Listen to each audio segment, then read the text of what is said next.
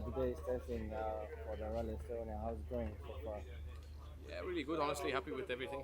It's the first time that I've driven the car on fast roads like this, so it was a pleasant surprise already this morning on the first pass. Honestly, I found the car well, and we've been making some small changes as the days got on, but honestly, nothing so dramatic.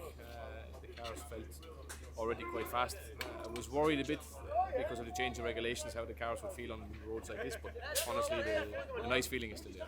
In Rally Estonia, you have been always quite fast, and what do you think about this year? The roads will be quite similar, and what is your expectations for this rally? Yeah, I don't know why, but Estonia seems to be a rally that suits us well. Obviously, two podiums in the last 2 years. So, yeah, I'm looking forward to it again. It's luckily now one of the rallies that I've done many times, so I have good experience. I have the pace notes from previous years.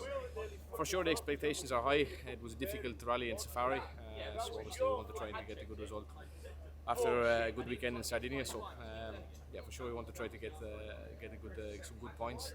Enjoy the rally like I've done every year, and let's see if we can fight for top positions. For the win? Every year in this rally we've always been fighting for the win. The first year with Oit we were not so far away.